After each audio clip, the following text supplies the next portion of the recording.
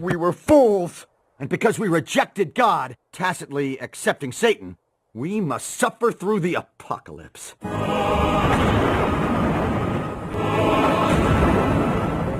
did I put my faith in science and technology?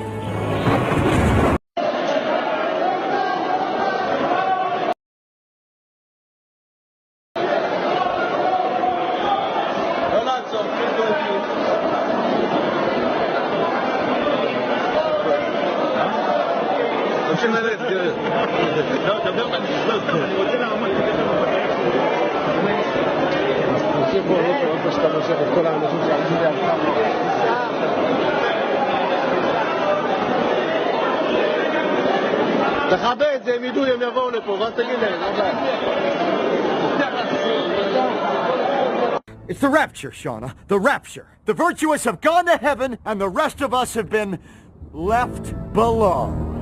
Left below? Held a Congress in Basel, Switzerland in 1897, in which at the end of the conference he wrote in his notes that he founded the Jewish state. If Theodor Herzl founded the Jewish state in 1897, the next step that took place was the Balfour Declaration.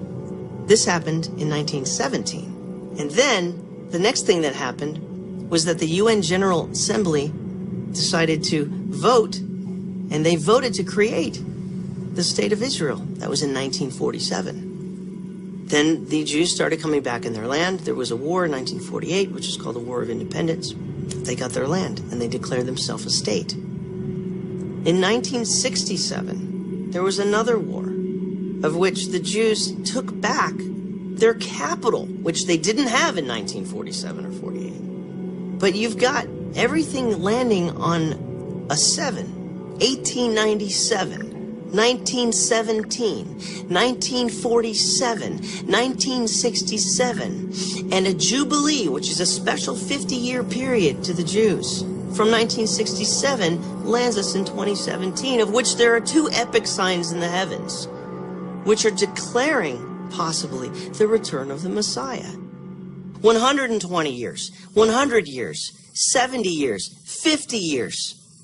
And year 0, then, could only be, counting this way, 2017, would be the beginning of the apocalypse.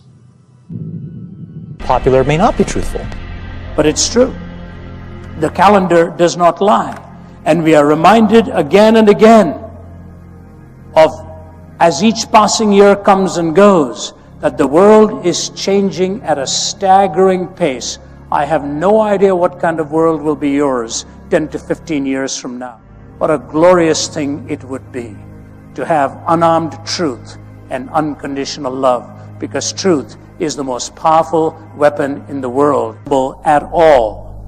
But that we are living in very, very critical times.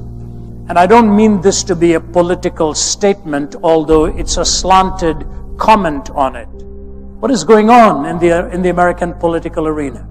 As they watch all kinds of strong language being used and personal attacks being made, rather than ideas being questioned and challenged, we recognize full well that this is a time of crises on the global scene. But I think the way we defined it was not like this. It literally is a point now where I think we have created tools that are ripping apart the social fabric of how society works. That is truly where we are. And I would encourage all of you, as the future leaders of the world, to really internalize how important this is. If you feed the beast, that beast will destroy you.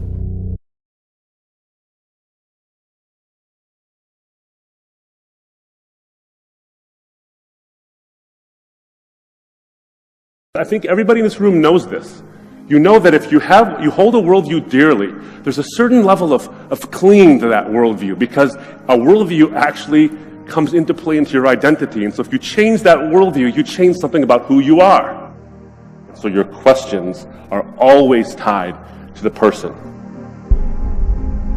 Chamath Palihapitiya, a former Facebook executive in charge of user growth, now says he has tremendous guilt about the social network he helped build. The short-term dopamine-driven feedback loops that we have created are destroying how society works. No civil discourse, no cooperation, misinformation, mistruth. Today we live in a world now where it is easy to confuse truth and popularity. Truth and unconditional love, because truth is the most powerful weapon in the world. It's a really, really bad state of affairs. And we compound the problem, right? We curate our lives around this perceived sense of perfection because we get rewarded in these short-term signals, hearts, likes, thumbs up, and we conflate that with value and we conflate it with truth. And instead what it really is fake brittle popularity that's short-term and that leaves you even more, and admit it, vacant and empty before you did it. Because then it forces you into this vicious cycle where you're like, what's the next thing I need to do now? Because I need it back. Think about that compounded by 2 billion people. And then think about how people react then to the perceptions of others. It's really bad. It's really, really bad.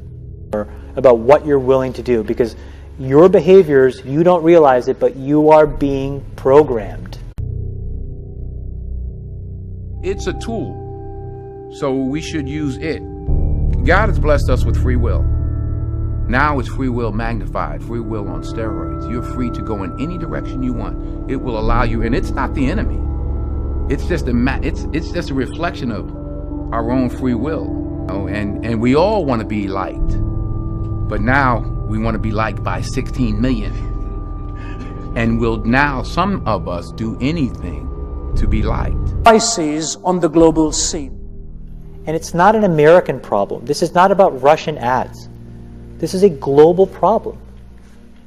So we are in a really bad state of affairs right now, in my opinion. It is eroding the core foundations of how people behave by and between each other. And I don't have a good solution. You know, my solution is I just don't use these tools anymore. And it's weird. I guess I kind of just innately didn't want to get programmed. And so I just tuned it out. But I didn't confront it. And now to see what's happening, it really bums me. You know, incarceration rates in America has been a problem, especially as opposed to minorities.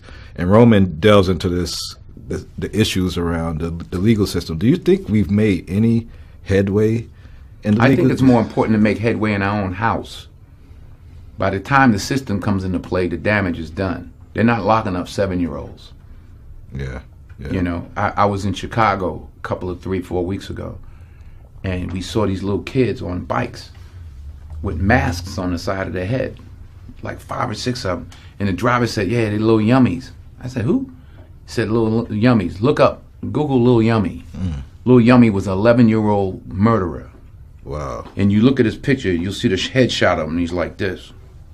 And he got murdered at 11 by a 14-year-old. Wow. Who's doing life now, and a 16-year-old. That makes no sense. You blame the system? Where was his father? Yeah. It starts in the house. It starts in the home. And yeah, well, my father got locked up. Well, where was his father? About 150 people that run the world. Anybody who wants to go into politics, they're all puppets, okay? There are 150, and they're all men, that run the world, period, full stop. They control most of the important assets. They control the money flows. And these are not the tech entrepreneurs. Now, they are going to get rolled over the next 5 to 10 years by the people that are really underneath pulling the strings.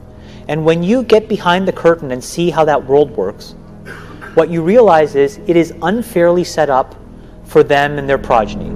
How do you keep that power from corrupting you? I have no idea. That's the honest answer. I have no idea.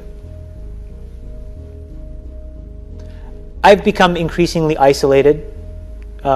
It's harder and harder for me to connect because I'm so in my own mind. Like, how does this all play out? I start as a good, earnest person, and I need to stay a good, earnest person. So I don't have a good answer. And I'll tell you, of those 150 people, maybe it's a little bit more, but I've met a lot of them. It's really hard. It's very easy to end up really drunk with power. It's really hard. Yeah. For the very first time on this planet, we're all going to have an enormous amount of power. Not just a few people, every single one of us is going to have an enormous amount of power through the power of AI.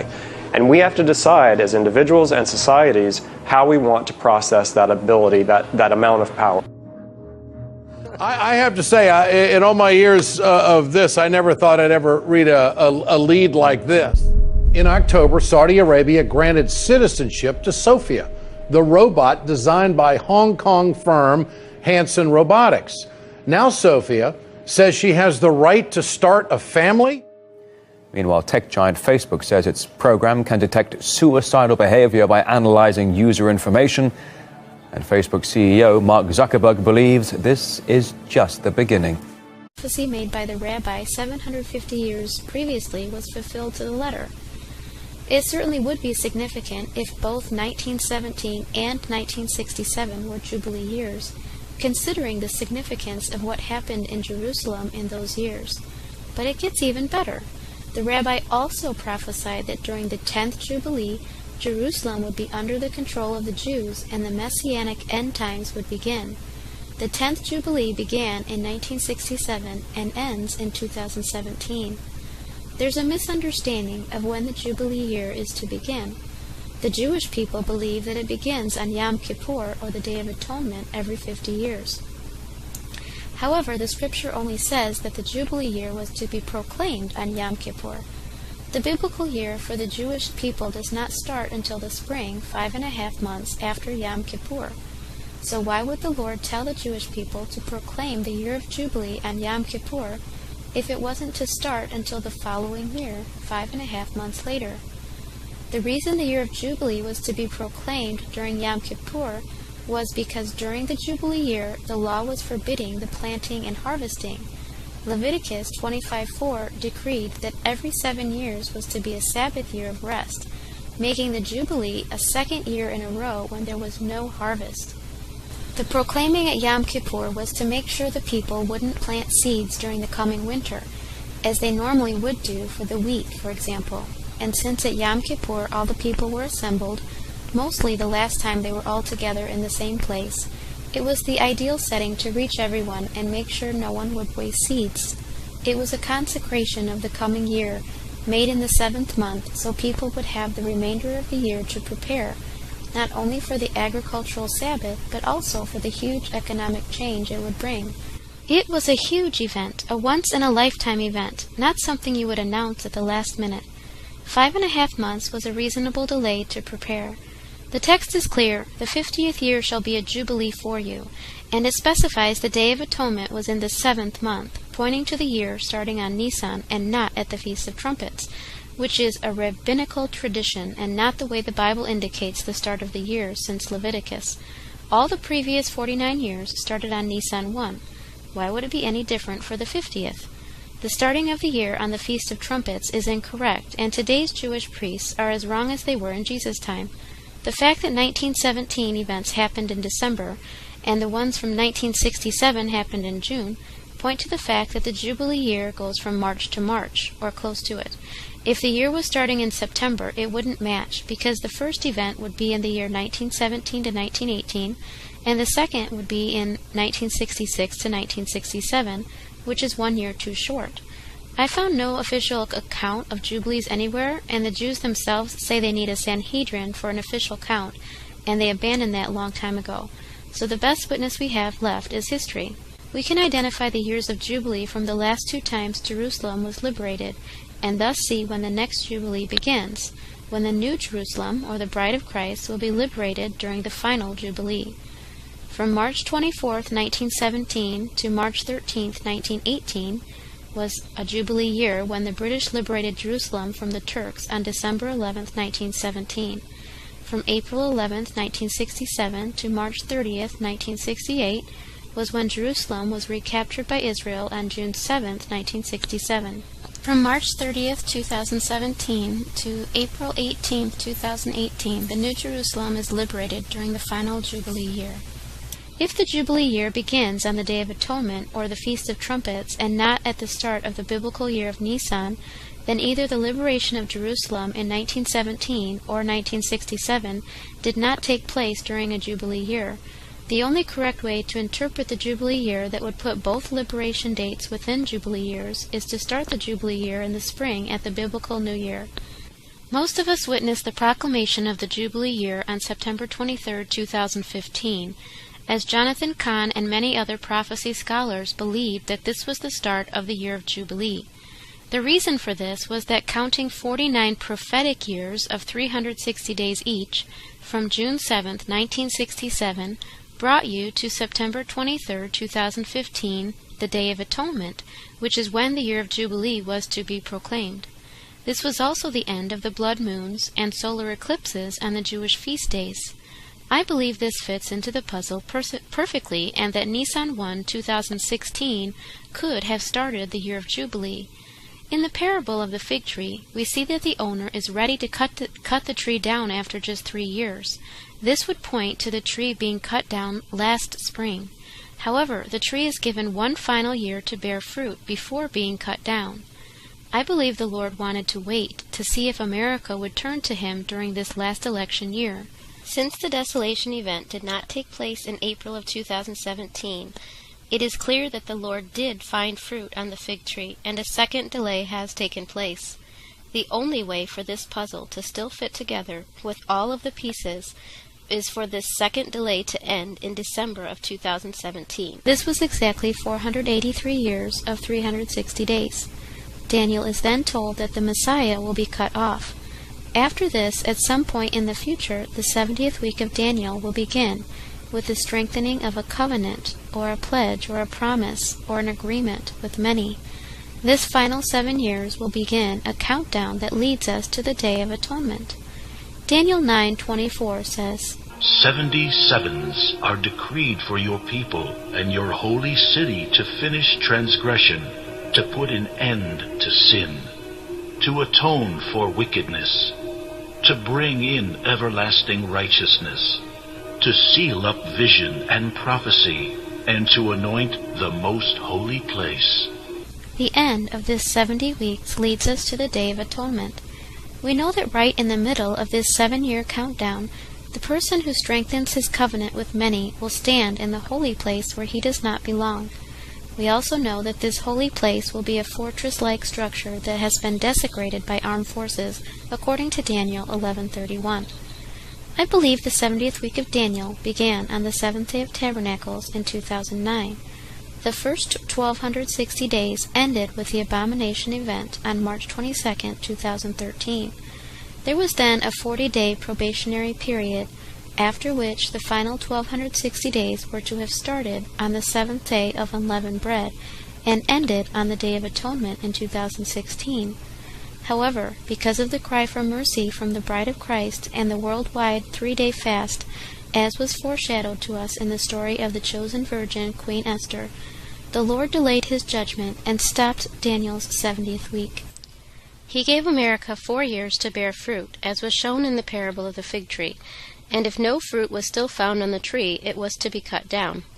Daniel's 70th week resumed on the 7th day of unleavened bread in 2017. The second half of Daniel's 70th week, or the 1260 days, will end on the Day of Atonement in 2020. The desolation event once again did not take place in April of 2017 on the 7th day of unleavened bread because fruit was found on the tree, and also because the Lord Himself told us that the days were going to be shortened, thus a second delay. This second delay will not last for 4 years, however. It will only last for 8 months, until December of 2017. The 1335 days of Daniel 12 are shortened to 1100 days, according to Daniel chapter 8. When the Lord delayed His judgment against Nineveh, Jonah quoted from Joel 2 as the reason for the delay. Return to the Lord your God, for He is gracious and compassionate, slow to anger and abounding in love, and He relents from sending calamity. Joel 2 is a description of the day of the Lord, or the year of Jubilee, that begins after the sun is darkened and moon turns to blood. The description of what takes place is very similar to what we read in Revelation 9, when the first woe event takes place. The sun will be turned to darkness, and the moon to blood, before the coming of the great and dreadful day of the Lord. And everyone who calls on the name of the Lord will be saved. For on Mount Zion and in Jerusalem there will be deliverance, as the Lord has said, even among the survivors whom the Lord calls. The sun will be turned to darkness and the moon to blood before the coming of the great and glorious day of the Lord. And everyone who calls on the name of the Lord will be saved. Notice that Joel calls this day dreadful, while Peter calls it glorious. This is the difference between the Old Testament, those under the law, and the New Testament, those under grace. For the bride of Christ, this day will be glorious. For those who do not have a relationship with Christ, this day will be dreadful. Revelation chapter 6, verses 12 through 17. And I beheld when he had opened the sixth seal, and lo, there was a great earthquake, and the sun became black as sackcloth of hair, and the moon became as blood, and the stars of heaven fell unto the earth, even as a fig tree casteth her untimely figs when she is shaken of a mighty wind.